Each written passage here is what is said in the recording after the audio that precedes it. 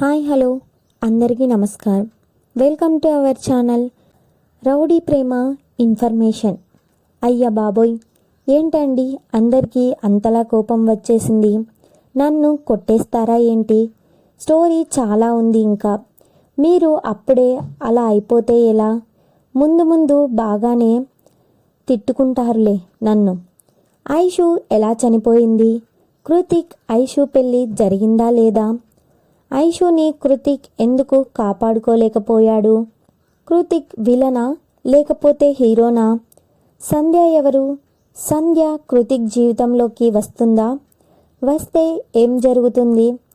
ఐషుని చంపిన వాళ్ళని ఏం చేయకుండా ఎందుకు అలా వదిలేశాడు కృతిక్? కృతిక్ మారిపోయాడా? విలన్స్ ఎవరు?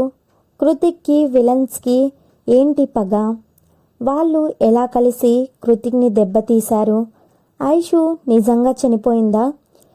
ఇందులో కృతిక్ కాకుండా ఇంకో హీరో ఉన్నారా?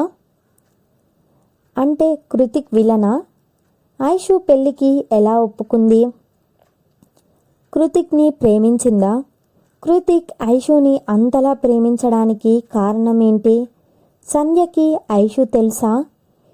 ఇద్దరు ఒకరికి ఒకరు తెలుసా? తెలిస్తే ఎలా తెలుసు? సంధ్య కృతిక్ని ప్రేమిస్తుందా? కృతిక్ సంధ్య ప్రేమను ఒప్పుకుంటాడా?